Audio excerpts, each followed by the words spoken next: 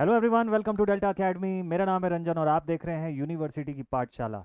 तो स्टार्ट करते हैं आज की यूनिवर्सिटी की पाठशाला। और जैसा कि मैंने आपको पिछली क्लास में ही बताया था कि सिंगल फेज एसी का ये जो अपना मॉड्यूल नंबर 2 है ये कंप्लीट हो चुका है और अब हम मॉड्यूल नंबर 3 की तरफ बढ़ रहे हैं। लेकिन उससे पहले न्यूमेरिकल का पोर्शन जो है वो अभी भी सॉल्व करना बचा हुआ है, ठीक है।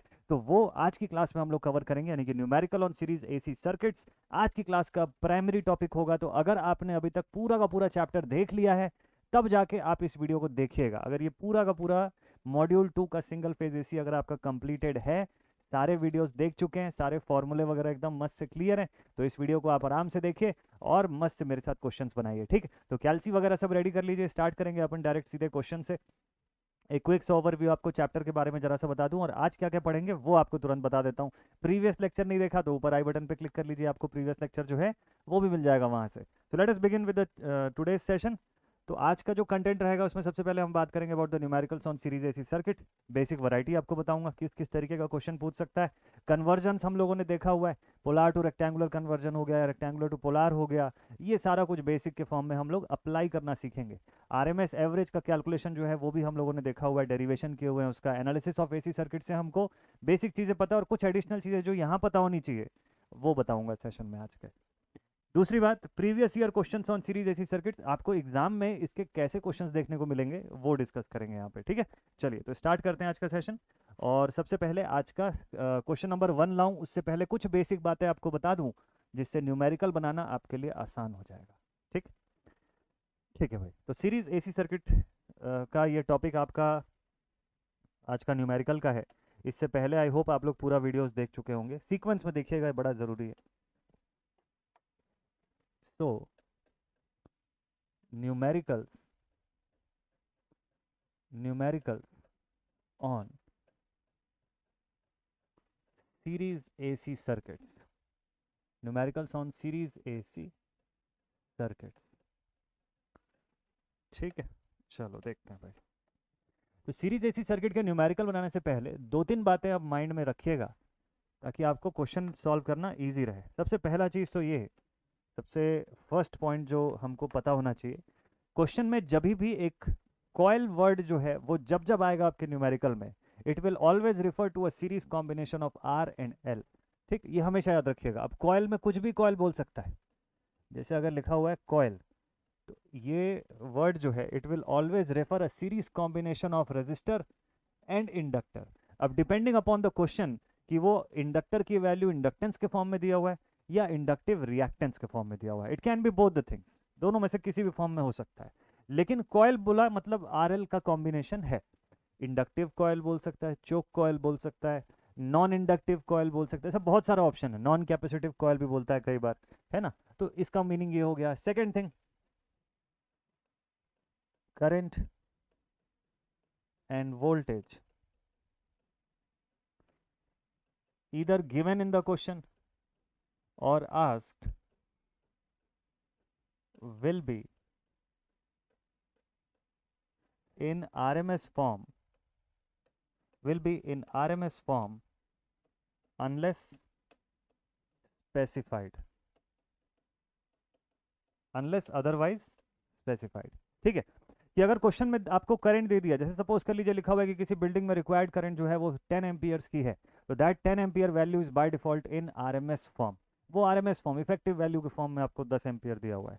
मान लीजिए दिया हुआ है क्वेश्चन में कि आपको कैलकुलेट करना है टोटल सप्लाई वोल्टेज, तो वो जो कैलकुलेट करेंगे आप that will also be in the RMS form. लेकिन उसको छोड़ करके सपोज कर लीजिए आपको एवरेज पूछा हो या पीक वैल्यू निकालना हो, तो वो सवाल में दिया रहेगा कि you have to calculate the average value और you have to calculate the maximum value, crest value, amplitude, peak value.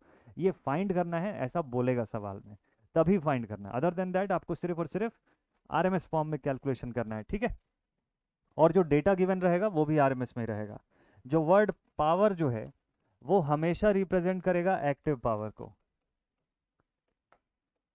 Active power, ठीक है। और अनलेस स्पेसिफाइड, इसमें भी ये वर्ड मैं बोल देता हूं, अनलेस स्पेसिफाइड, ठीक है। कि अगर एक्टिव पावर के अलावा मान लो आपको रिएक्टिव पावर या एपरेंट पूछने वाला है, तो क्वेश्चन में लिखेगा कि कैलकुलेट द एपरेंट पावर और रिएक्टिव पावर, या आपको बोलेगा फाइंड द केवीआर रेटिंग, ऐसा देगा सवाल में, ठीक है। अगर ऐसा कुछ नहीं लिखा है, सिर्फ इतना लिखा है कि you have to calculate the value of power, then it will clearly mean कि आपको एक्टिव पावर ही फाइंड करना है, तो उसमें कंफ्यूज मत होइएगा कि कौन सा पावर है, ठीक है। ये कुछ बेसिक चीज़ है। अदर देन दैट जितना फॉर्मूला इस पूरे चैप्टर के अंदर पढ़े हुए हैं वो पूरा रिवाइज कर लीजिएगा, और सीधे सीधे हम लोग आते हैं अब फर्स्ट क्वेश्चन पे। आज के सेशन का पहला क्वेश्चन जो है वो देखते हैं कि कहाँ से मिल रहा है। AKTU का 2020-21 का ये पेपर दिख रहा है, बट इसकी अभी प्रिंट क्वालिटी थोड़ी सी अच्छी नहीं दिख रही है मुझे। देखते हैं इसमें से कोई क्वेश्चन दिख रहा है क्या। चलिए ठीक है, एक क्वेश्चन आपको मैं दिखाता हूँ। 10 नंबर का एक सवाल है, यहाँ पे सेक्शन सी में दिया हुआ है। ये प्रिंट क्लियर नहीं दिख रहा होगा तो आपको ये समझ नहीं आएगा। मैं इसको अगले पेज पर लिख देता हूँ आपके लिए, ठीक है। एटलीस्ट गिवन डेटा से तो लिखना शुरू कर देता हूँ। लिखा हुआ, if a load draws a current of 10 ampere at 0.8 power factor lagging, 10 ampere की करंट ड्रॉ कर रहा है 0.8 पावर फैक्टर लैगिंग पर, when connected to a 100 volt supply, calculate the value of real, reactive and apparent powers and also find the resistance of the load। देखिए क्या question दिया हुआ है, इस क्वेश्चन को यहाँ पर सॉल्व करते हैं इस पेज पर, ठीक है। Solution number 1, solution number 1। सबसे पहला काम तो ये है कि आप गिवन डेटा को क्लियर कर लीजिए कि क्या है, और उसके बेसिस पे अगर कोई सर्किट बन सकती है तो बना लीजिए। क्वेश्चन क्या बोलता है आपको, क्वेश्चन में लिखा हुआ है कि if the load draws a current of 10 ampere at 0.8 power factor, तो बताइए वो 10 एम्पियर कौन सी करंट है। लोड ड्रॉ कर रहा है ना 10 एम्पियर, तो that is your RMS current, कितना, 10 एम्पियर। पावर फैक्टर कितना दिया हुआ है, 0.8 लैगिंग, ठीक। क्वेश्चन के लिए मैं डेटा लिख रहा हूँ, इस डेटा से आपको काफ़ी कुछ क्लियर हो जाएगा। फिर आगे लिखता है कि when connected to 100 volt supply, मतलब ये सप्लाई की वैल्यू कौन सी है, VRMS है, VRMS टोटल कितने का है, दिस इज 100 वोल्ट। इतना 3 डेटा आपको क्वेश्चन में दिया हुआ है। अब क्या पूछता है इसके अंदर, देखते हैं जरा। फिर आपको लिखता है कि find the value of real, reactive, apparent और रेजिस्टेंस ऑफ द लोड, इतना चीज़ पूछा है, ठीक है। चलिए साइड पे लिख देता हूँ मैं इसको, to find the value of active power, reactive power, apparent power and resistance in ohms, इतना डेटा पूछा है, ठीक। तो हम लोग शुरुआत में ये अज्यूम करते हैं कि we are having unknown load, हमारे पास सर्किट में जो लोड लगा हुआ है वो अननोन है। अब रेजिस्टेंस वगैरह कुछ नहीं ड्रॉ करते हैं, इसको ऐसे ही छोड़ देते हैं, एक अननोन लोड के फॉर्म में छोड़ देते हैं हम लोग इसको ऐसे ही, ठीक है। This is our load. इस लोड के थ्रू जाने वाली करंट जो है IRMS, it's magnitude is 10 amperes. यहाँ जो पोटेंशियल है दिस इज ऑफ 100 वोल्ट्स, और पावर फैक्टर जो है इस लोड का वो है 0.8 लैगिंग, मतलब आपको कॉस पाई की वैल्यू जो है वो कितना दिया हुआ है, 0.8। और लैगिंग का मतलब कौन सा लोड लगा होगा, मतलब इंडक्टिव रिएक्टेंस लगा होगा सर्किट के अंदर, इतना ये भी पता चल गया हमको ना। मतलब एक RL सर्किट है बाय डिफॉल्ट अगर देखा जाए तो, ठीक है। कैसे पता लगाएंगे, देखिए कॉस फाई की वैल्यू अगर 0.8 है तो क्या आप इससे फाई निकाल सकते हैं, क्या इससे फाई निकाल सकते हैं क्या, कॉस इनवर्स 0.8। ध्यान से देखिएगा, जरूरी नहीं है कि आप अभी इसको नोट करें, पहले समझ जाइएगा फिर आप दोबारा इसको लिख सकते हैं। ये नोट्स भी मैं आप लोग को सेंड कर दूंगा। चलिए देखते हैं, अप्रोच लाइन बताता हूं मैं आपको कैसे सॉल्व करेंगे। कॉस इनवर्स 0.8, इसको सॉल्व करेंगे, आपके पास डेटा आएगा 36.869। So the value of phi is 36.869 degree, ठीक है, लैगिंग कंडीशन पे। अभी देखिए 2 मिनट में आपको R और XL दोनों पता चल जाएगा। लैगिंग देख के समझ में आ गया कि इंडक्टर लगा हुआ है, रजिस्टर पहले ही बोल दिया क्वेश्चन के अंदर। अब देखते हैं इसके आगे कैसे कैलकुलेट करेंगे। तो अगर आपने इंपीडेंस ट्रायंगल ध्यान से पढ़ा हुआ है तो इंपीडेंस ट्रायंगल में कंडीशन मैंने बताया था वहाँ पे, ये देखिए ये इंपीडेंस ट्रायंगल बनाया हम लोग। यहाँ पे मैंने आपको बताया कि यहाँ रजिस्टिव पार्ट होता है, यहाँ पे रिएक्टेंस होता है XL या XC, और इन सब का रिजल्टेंट यहाँ पर इंपीडेंस Z के फॉर्म में आता है, ठीक है। इंपीडेंस ट्रायंगल से इतना लिखा हुआ है हम लोगों ने। तो अब इससे अगर रिलेट करोगे तो आपको 2 फॉर्मूला मैंने बताया था कि sine phi is equals to X upon Z and cos phi is equals to R/Z। ये दोनों फॉर्मूला आपको ध्यान में। तो x की वैल्यू और r की वैल्यू आप इसी से बता सकते हो, शर्त ये है कि आपके पास z की वैल्यू होनी चाहिए, है ना, आपके पास z होना चाहिए। और z निकालने के लिए आपको क्या चाहिए, देखिए टोटल करंट और टोटल वोल्टेज बता सकते हैं z। चलिए let us calculate the value of z। तो सर्किट का टोटल इम्पीडेंस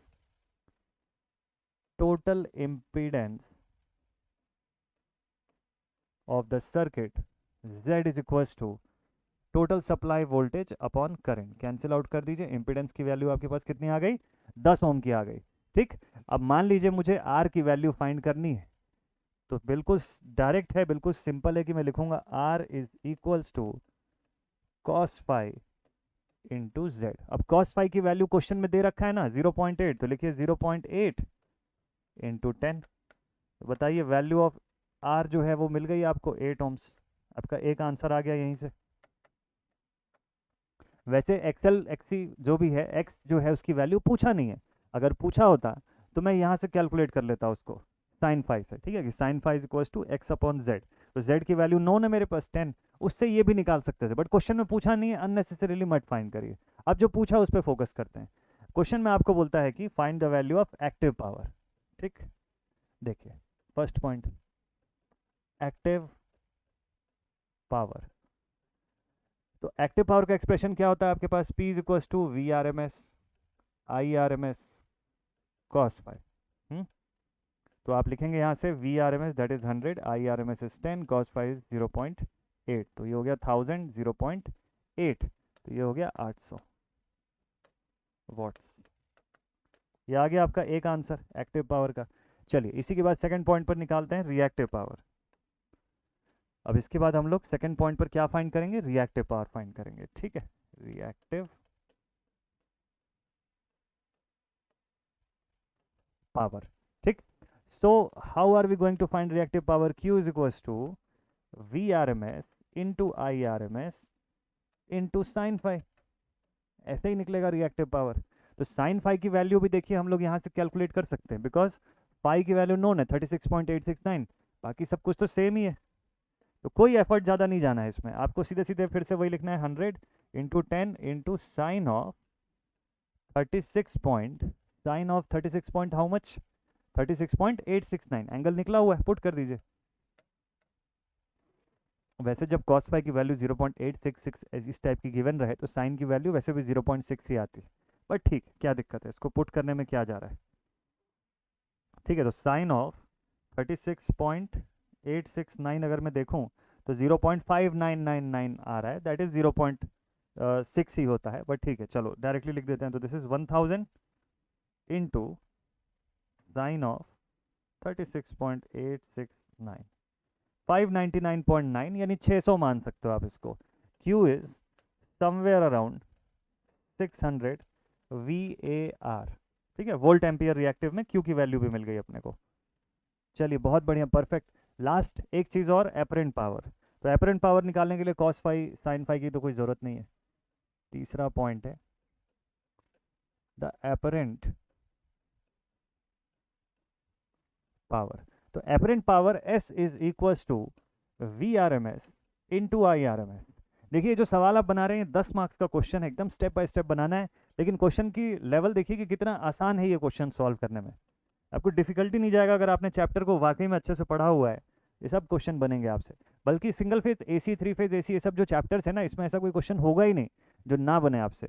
हर तरीके का क्वेश्चन आप बना लोगे यूनिवर्सिटी एग्जामिनेशन का, अगर आपने चैप्टर पूरा सीक्वेंस में और प्रॉपर पढ़ा हुआ है तो ये जितनी चीज़ें हम लोग यूज़ कर रहे हैं सारी चीज़ें मैंने प्रीवियस सेशंस में बताई हुई है। इस वीडियो के एंड में आपको प्लेलिस्ट का भी ऑप्शन दिख जाएगा, तो प्लेलिस्ट भी आप देख सकते हैं, ये पूरी एकदम सीक्वेंस में है, बस बस सीक्वेंस में पढ़ लीजिए। आपने उससे पहले इन लेक्चर्स को देखने से पहले अगर पास्ट में आपने कुछ नहीं भी पढ़ा होगा तो भी कोई टेंशन की बात नहीं। ठीक है, मैं उसमें कहीं पे भी ये रेफरेंस नहीं दिया हूँ कि बेटा 12th में फिजिक्स पढ़ लेना था या ऐसी, मैंने ऐसे कोई बात ही नहीं की है। आप नहीं भी पहले का देखे होंगे ना, अब इन्हीं लेक्चर्स को बस प्रॉपर देखते जाइए, जो जो मैं बता रहा हूँ उस चीज़ को बस समझते जाइए। जहाँ ना समझ में आए आप टेलीग्राम ग्रुप पे कनेक्ट होकर मुझसे पूछते भी जाइए, और देखिएगा आपको पूरा का पूरा क्लियर हो जाएगा। मतलब ये सब जो न्यूमेरिकल आपको, तो मैं एग्जाम के ही न्यूमेरिकल दे रहा हूँ सीधे सीधे, जो यूनिवर्सिटी में पूछे हुए हैं वो सब के सब आप बना लेंगे, है ना, इसमें कोई दिक्कत आपको नहीं जाएगी। तो दिस इज 1000,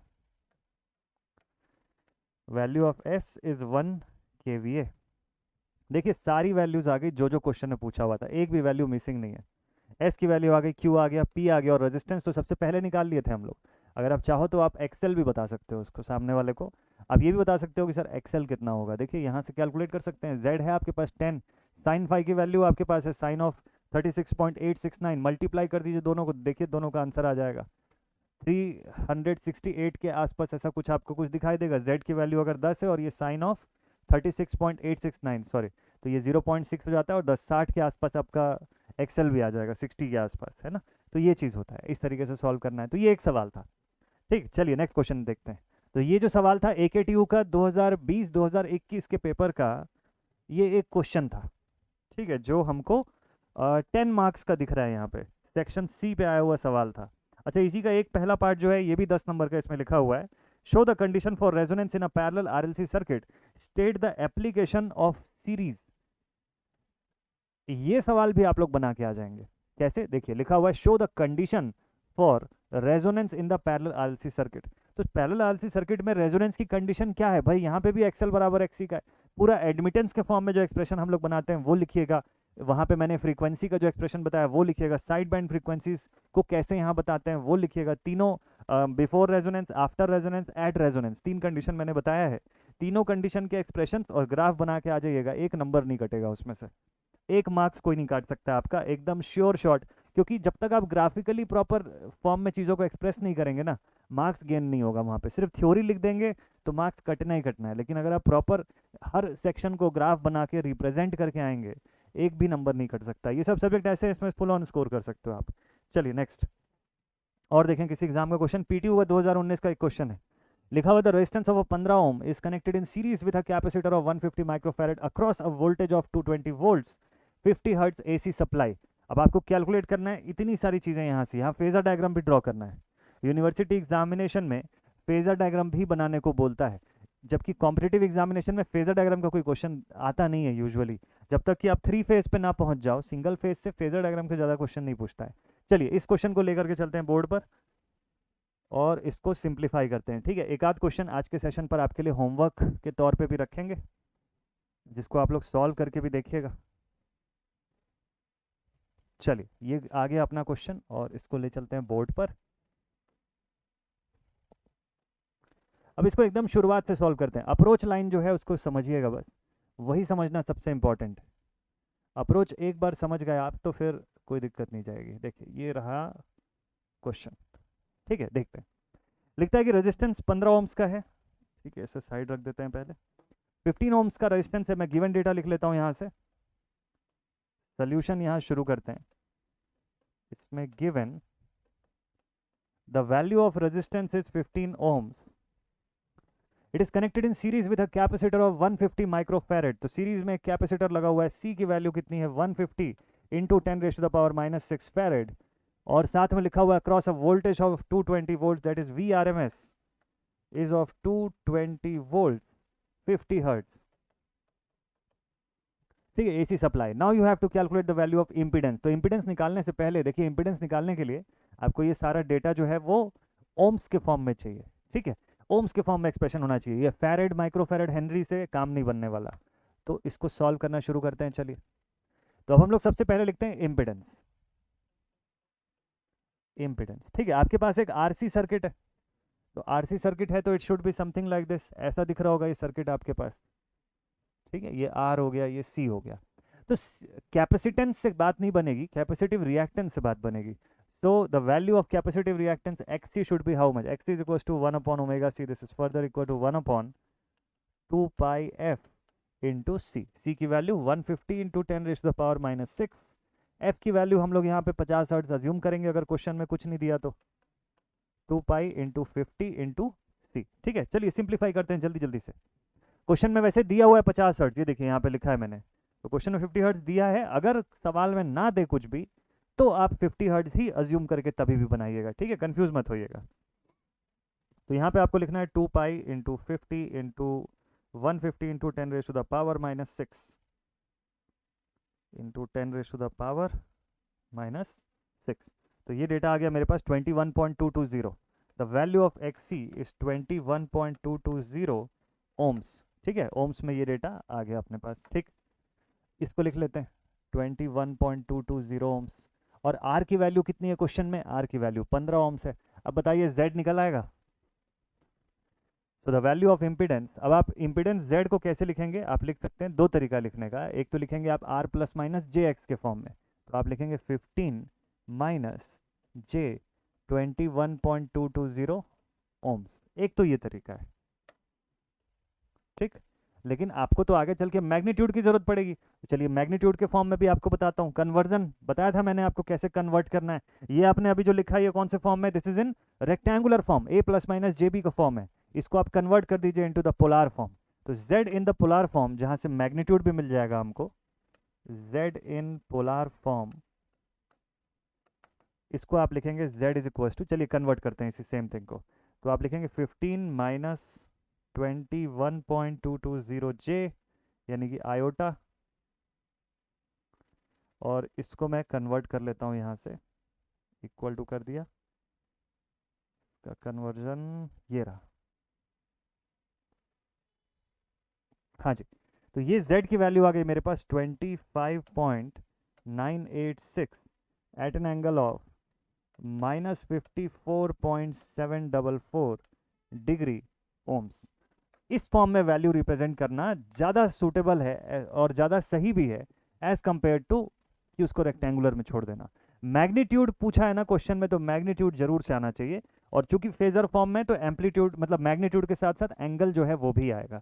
तो ऐसा रिप्रेजेंट करिएगा आप हमेशा, ये सही फॉर्म है इसकी तुलना में, ये भी राइट है, बट एक्चुअल में कन्वर्ट करके, क्योंकि सवाल में तो आपको आंसर में तो मैग्नीट्यूड पूछा ना हर चीज़ का, तो मैग्नीट्यूड जब तक नहीं बताएंगे तब तक क्लैरिटी नहीं आएगी। यहाँ पे भी आपने मैग्नीट्यूड बताया, लेकिन जो रेक्टेंगुलर फॉर्म है उसमें पूरा क्लियर नहीं होता कि कंबाइंड ओवरऑल मैग्नीट्यूड कितनी है। तो अब पता चलेगा कि इसकी मैग्नीट्यूड 25.9 की है, और फेज एंगल में ये 54.744 डिग्री पर दिखाई दे रहा है। ये फाई की वैल्यू भी मिल गई आपको यहीं से, ठीक है। फाई निकालने के भी बहुत सारे तरीके हैं, जैसा मैंने आपको बताया, आप tan इनवर्स b बाई ए कर सकते हो, यानी कि tan इनवर्स -21.220 अपॉन 15, ये भी कर सकते हैं। या तो आप cos फाई करके निकाल सकते हो, r by Z, cos phi is to r by Z करिए। चलिए आपको मैं दोनों तीनों तरीके से बताता हूँ। क्वेश्चन में देखते हैं और क्या क्या पूछा है। इंपिडेंस निकाल लिया हम लोगों ने, supply current, power factor, power dissipated, phasor diagram, okay. चलिए ठीक है, पहले सीक्वेंस में सारी चीज़ें फाइंड करते हैं। तो क्वेश्चन के सेकंड पार्ट में बोलता है आपको supply current, supply current formula क्या है भाई हमारे पास करंट कैलकुलेशन का। तो करंट कैलकुलेट करने के लिए, करंट की वैल्यू बताने के लिए हमको इसमें लिखना होगा I R M S is equals to V R M S divided by Z total. तो what is the value of V R M S, V R M S कितना है, चलो देखते हैं, कहीं पे लिखा होगा मैंने, वी आर एम एस 220 का है, okay. So this is 220 divided by Z total, Z total में आप लिखेंगे 25.986। पूरा का पूरा फेजर फॉर्म में कैलकुलेशन है, इसलिए एंगल जरूर से लिख लीजिएगा। आप चाहें तो बिना एंगल के सॉल्व कर सकते हैं, लेकिन वो उतना एक्यूरेट नहीं माना जाएगा। वो भी एक तरीका है सॉल्व करने का, बट लेस एक्यूरेट है। ज़्यादा बेटर है कि आप इसी फॉर्म में कैलकुलेशन करिए, एंगल के साथ साथ आपको आंसर मिलेगा पूरा। तो 220 divided by 25.986 at an angle -54.744, और जो आंसर है उसको कन्वर्ट करना मत भूलिएगा, उसको ज़रूर से पोलार में कन्वर्ट कर लीजिएगा। मैंने, अगर आपको कन्वर्जन में कोई डाउट है, तो मैंने जब ये पोलार और इसका कन्वर्जन बताया था रेक्टेंगुलर का, जहाँ पे मैथमेटिकल रिप्रेजेंटेशन नाम का एक लेक्चर है इसी प्लेलिस्ट के अंदर, उसको देखिएगा। उसी लेक्चर के अंदर आपको ये सेम कंटेंट मिलेगा कि कैसे कन्वर्ट करते हैं, ठीक है। तो हमारे पास आ गई IRMS की वैल्यू, इस पर लिखा हुआ है 8.466 at an angle of 54.744 degree amperes. ध्यान रखिएगा z का जो एंगल है, अगर अगर वोल्टेज में कोई फेज एंगल नहीं है ना, तो z पर जो एंगल आपको दिख रहा है वही आपको आंसर पे भी दिखाई देगा, बस उसकी साइन जो है वो रिवर्स हो जाएगी। अगर यहाँ नेगेटिव है तो आपका करंट जो है वो पॉजिटिव में दिखाई देगा, इस हिसाब से। तो एंगल 54.744 बिल्कुल सही है। तो 8.466 एम्पियर करंट की मैग्नीट्यूड है, IRMS की मैग्नीट्यूड, ठीक। क्वेश्चन में देखते हैं आगे और क्या पूछता है। क्वेश्चन में लिखा हुआ है नेक्स्ट पॉइंट पे कि पावर फैक्टर फाइंड करना है आपको। चलिए let us find the value of power factor. तो ये आ गए हम लोग थर्ड पॉइंट पे, ठीक है। थर्ड पॉइंट पे बोलता है पावर फैक्टर, कई तरीके, किसी भी मेथड से आप फाइंड कर सकते हो। पावर फैक्टर कैसे कैसे निकाल सकते हैं सर, चलिए दोनों तीनों तरीका मैं आपको बताता हूँ। एक तो आप लिख सकते हैं कॉस ऑफ 54 पॉइंट, कितना एंगल था, 744, इसी से आंसर आ जाएगा आपका। सबसे ईजीएस्ट तरीका यही है, सबसे आसान तरीका यही है कि z का एंगल या करंट का जो एंगल आपको मिल रहा है, अगर मान लीजिए वोल्टेज का कोई एंगल नहीं दिया हुआ है, ठीक है, बाय डिफॉल्ट उसको एट एन एंगल 0 डिग्री पे आपने मान लिया, उसके रिस्पेक्ट में करंट जो है वो 54 डिग्री लीड कर रही है, तो आपके पास फेज एंगल कितने का है, 54.744 का, कोसाइन कर दीजिए इसका 54.744, तो आपका देखिए कॉस ऑफ फाई आ गया 0.577, 0.577। अब बोलिए इसके आगे लीडिंग लिखेंगे कि लैगिंग लिखेंगे? आंसर ये है कि इसके आगे आप लीडिंग लिखेंगे। क्यों लीडिंग लिखेंगे? क्योंकि सर्किट आरसी सर्किट है और कैपेसिटर लगा हुआ है, और कैपेसिटर लगा हुआ है तो current should lead, current lead कर रही है तो पावर फैक्टर भी आपका किस नेचर का होगा? लीडिंग नेचर का। ठीक है, ये एक और आंसर आ गया अपना। अच्छा, कोई और तरीका? मान लीजिए ये तरीका नहीं काम कर रहा है, कोई दूसरा तरीका? हाँ, एक और तरीका लिखिए आप, cos phi is equals to R by Z. बना के देखिए इससे। हमको मल्टीपल तरीका आना चाहिए सॉल्व करने का, भले चलो एग्जामिनेशन में एक ही तरीके से आप बना रहे हो, ये सबसे ईजीएस्ट तरीका मैंने बताया आपको। हो सकता है कि ये क्लिक ना करे, तो आर बाई जेड है, पढ़े हुए आप पावर फैक्टर के एक्सप्रेशन में। देखिए आर कितने का है क्वेश्चन में? 15 का है। जेड कितने का निकाले आप? 25.986। कर दीजिए सॉल्व। 15 डिवाइडेड बाई 25.986, 100% मैं श्योर हूँ कि यही वैल्यू देगा आपको ये। चलिए देखते हैं। तो लिखना है आपको 15 डिवाइडेड बाई 25.986। देखिए आंसर कितना आ रहा है, आप खुद से देख लीजिएगा। ये वैल्यू भी 0.577 देगा आपको आंसर। बात ये ना, एक ही चीज़ को सॉल्व करने के कई तरीके होते हैं। जब जब एसी, सिंगल फेज एसी जैसा चैप्टर पढ़ रहे हो, मैग्नेटिक सर्किट पढ़ रहे हो, मल्टीपल तरीकों से बनेंगी यहाँ पे चीज़ें। बहुत आसान है ये सब चैप्टर, इससे घबराने का बिल्कुल भी नहीं है। बल्कि इससे डिफिकल्ट चैप्टर तो डीसी नेटवर्क है। वहाँ पे वाकई में आपको दिमाग लगाना पड़ता है, वहाँ कंसेप्ट लगाना पड़ता है, सोचना पड़ता है कि सर्किट में अब इसके बाद किसको किसके साथ पैरेलल करूँ, कि सीरीज करूँ, कि सॉल्व करूँ, कि केवीएल लगाऊँ कि कैसे लगाऊँ। यहाँ ऐसा कुछ नहीं है। यहाँ वही 3-4 टिपिकल फॉर्मूला है और उसी से बनेगा क्वेश्चन। ये भी फॉर्मूला भूल गए तो भी कोई दिक्कत नहीं है। आप लिखिए phi is equals to tan inverse B by A. चलिए उससे भी बनवाता हूँ आपको, देखिए उससे आंसर ना है तो बताइएगा मुझे। tan इनवर्स बी बाई ए में बी और ए क्या पुट करेंगे? देखिए ये है बी 21.220 और ए जो है वो है 15। तो आप लिखिए phi is equals to tan inverse minus 21.220 upon 15। अब ध्यान रखिएगा माइनस साइन जरूर से लिखिएगा ताकि आपको पता रहे कि फेज एंगल में क्या आ रहा है। चलिए करते हैं इसको भी सॉल्व। ये आपके प्रैक्टिस के लिए मैं बता रहा हूँ, एग्जामिनेशन में एक ही से करिएगा, एग्जाम में ऐसे 3 तरीका दिखाने की जरूरत नहीं है। तो tan inverse minus 21.220 divided by 15, ये कर दिए। देखिए फेज एंगल मेरे पास कितना आया, फाई की वैल्यू आ गई मेरे पास माइनस 54.744। ठीक है, अब इसका मैं कोसाइन निकालूंगा, कॉस, क्योंकि मुझे पावर फैक्टर बताना है ना। तो मैं लिखता हूँ कॉस ऑफ माइनस 54.744। देख लीजिएगा इससे वैल्यू में एक भी अंतर अगर पड़ रहा हो तो। Cos of phi is 0.577। अब बताइए, मैंने आपके सामने 3 अलग अलग तरीके से आंसर रख के दिखाया, तीनों में से कोई भी अगर आंसर में अंतर हो तो आप बताइए। ये देखिए और भी तरीके हैं, इसके अलावा भी अभी और तरीका है जिससे मैं आपको बता सकता हूँ, बट अननेसेसरीली टाइम वेस्ट होगा। तो आप एक देखिए, ये एक लाइन में आपको मैंने यहाँ पे पहले ही आंसर बता दिया था, ये सबसे ईजिएस्ट मेथड है। फिर ये दूसरा मेथड है, ये तीसरा मेथड है। ठीक है, इनमें से आपको जो भी सूटेबल लगे आप यूज़ कर सकते हैं। मैं साइड में लिख देता हूँ ऑल्टरनेट मेथड ताकि कन्फ्यूजन ना हो। This is alternate method. ठीक है, ओके, ये भी ऑल्टरनेट मेथड है। This is also alternate method. ये सब ऑप्शनल है, जरूरी नहीं है आपको ये फॉलो करना है। बस क्योंकि आपने पढ़ा हुआ है इसलिए इसको कैसे अप्लाई कर रहे हैं वो आप जान जाएं, इस इतने के लिए बस मैं बता रहा हूँ। क्योंकि आप ये फॉर्मूला पढ़े हो ना, ये यूज़ कैसे हो रहा है वो भी जानना चाहिए आपको। तो इस वजह से मैंने बताया, आप एक ही मेथड को फॉलो करिएगा। ठीक है, एक ही मेथड से आप इसको सॉल्व कर लीजिए। चलिए, तो तीसरा पॉइंट भी अपना क्लियर हो गया, पावर फैक्टर निकाल लिए। और देखें क्या पूछा है, पावर डिसिपेटेड पूछा हुआ है। ठीक है, चलिए पावर डिसिपेशन फाइंड करते हैं यहाँ पे। Next fourth point, point number 4।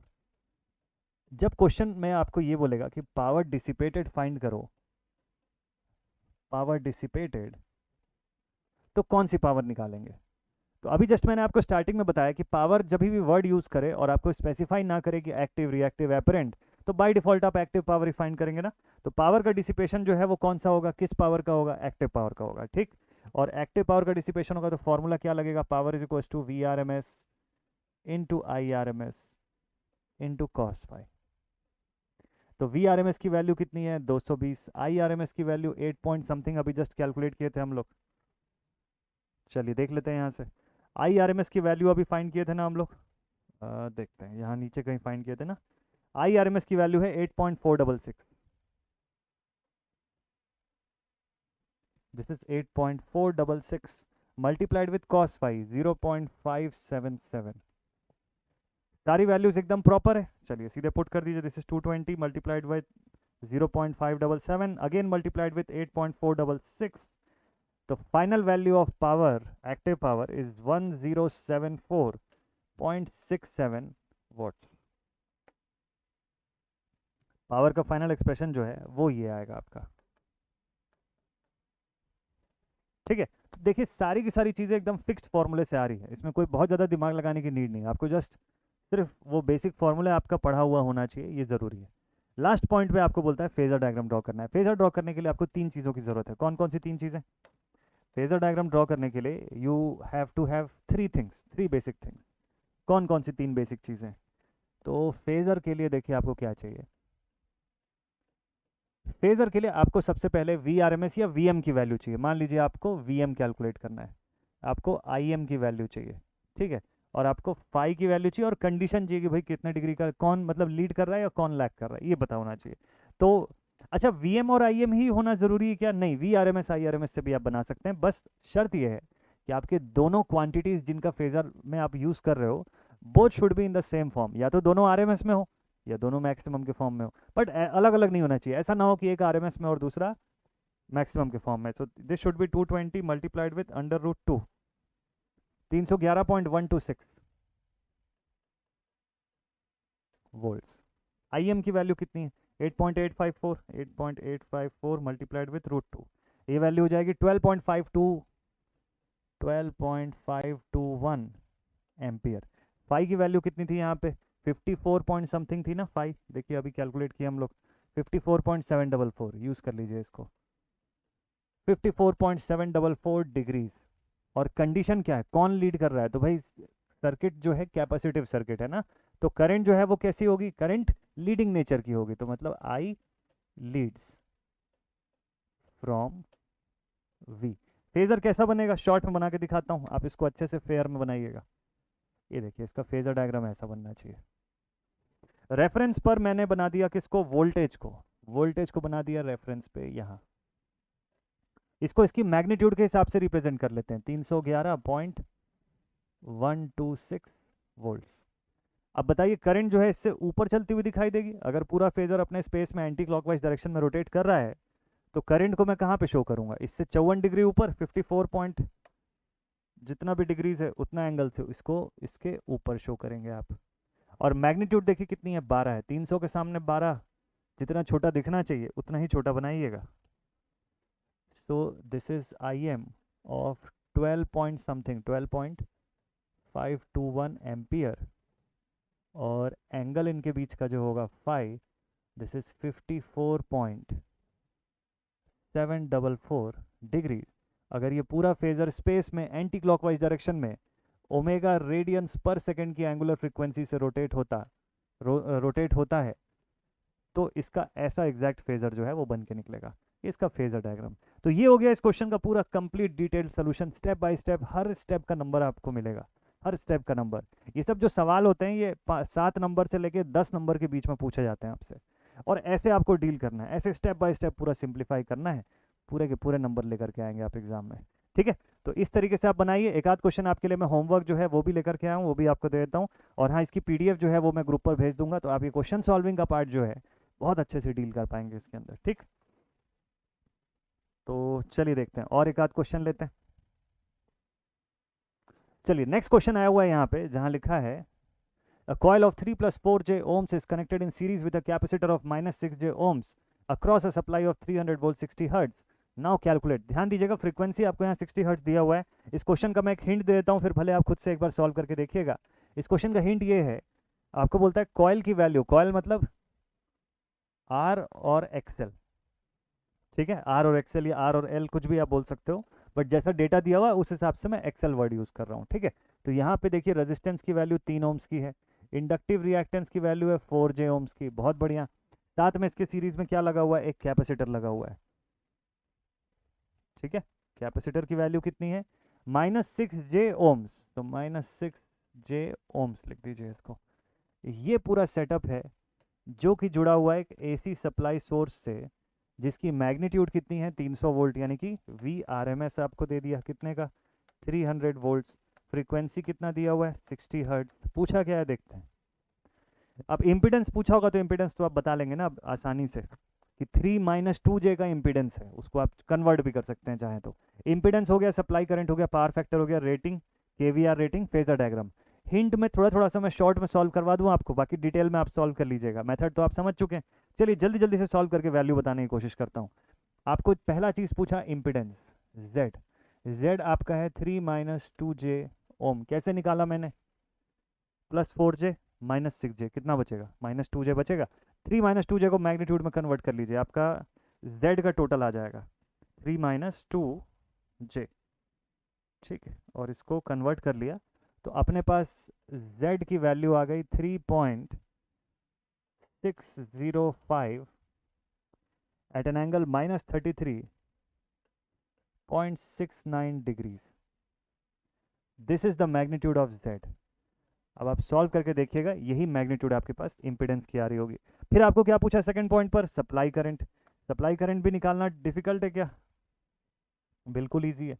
आप लिखेंगे I R M S is equals to supply voltage यानी कि 300 डिवाइडेड बाय ये इम्पिडेंस जो है यानी कि 3.605 एट एन एंगल -33.69 डिग्रीज। चलिए इसको भी सॉल्व कर लेते हैं। This is 300 divided by 3.605 at an angle -33.69। Solve करिए, कन्वर्ट कर दीजिए इसको। जैसे ही कन्वर्ट करेंगे आपके पास आई आर एम एस की वैल्यू कितनी आएगी, I R M S will be 83.217 at an angle 33.69। तो बन जाएगा ये भी, ये देखिए। तो ये आपके पास एक और लेवल पर आंसर आ गया, मतलब दूसरे वाले पार्ट का भी आंसर जो है वो आ गया। फिर आपको क्या पूछा, वैसे ही पावर फैक्टर पूछा, तो पावर फैक्टर निकाल लेंगे। अब आपको टेक्निक पता है, ट्रिक पता है इसका। आप सीधे सीधे लिखेंगे कॉस ऑफ 33.69। देखिए ऐसे लिखेंगे कॉस ऑफ 33.69, ये डेटा आ जाएगा 0.832।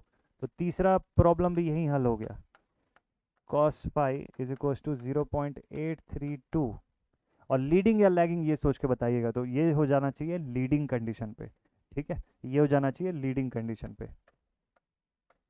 अच्छा, और इसके अलावा भी कैसे पता चलेगा, देखिए एक तो ये है कि कैपेसिटिव रिएक्टेंस बड़ा इंडक्टिव रिएक्टेंस है, इसीलिए लीडिंग हो रहा है। दूसरा चीज़ करंट की स्टेटस देखिए, करंट 33 डिग्री प्लस पे है, वोल्टेज का कोई एंगल नहीं दिया हुआ, मतलब voltage at an angle 0 degree पे है, और ये +33.69 पे है, तो उससे 33 डिग्री लीड कर रहा है ये। ठीक है, तो इस वजह से भी इसको आप लीडिंग बता सकते हैं। ठीक, और क्या पूछा आपको, K V A R rating. K V A R rating मतलब क्या पूछा, Q is equal to V I sine phi. तो देखिए फाई की वैल्यू तो है ही यहाँ पे, साइन में पुट कर दीजिए। बाकी वी और आई दोनों चीज़ें आपके पास, 300 का वी है और 83.217 का आई है। इसको पुट कर देंगे, क्यू भी निकल आएगा। फेजर डायग्राम मैंने अभी जस्ट आपको बताया, ड्रॉ कर दीजिए फेजर डायग्राम उस तरीके से। तो बात यह कि देखिए एसी के क्वेश्चंस बनाना चाहें तो ऐसे साइड में ऐसे रफ में ही पूरा क्वेश्चन खत्म हो गया। अब आप उसको स्टेप बाय स्टेप, जैसे मैंने पिछला सवाल बताया, ऐसे सीक्वेंस में प्रॉपर बनाइए। देखिए आपसे पूरा का पूरा सवाल बिल्कुल बनेगा, श्योर शॉट बनेगा। और आंसर तो अब यहाँ पे आप ही गए, अब रेफर कर सकते हैं इन आंसर्स को। ठीक, तो ये क्वेश्चन बन जाएगा आप सभी से। चलिए और अगला क्वेश्चन देखें क्या है, एक आध क्वेश्चन और ले लेते हैं एज अ होमवर्क।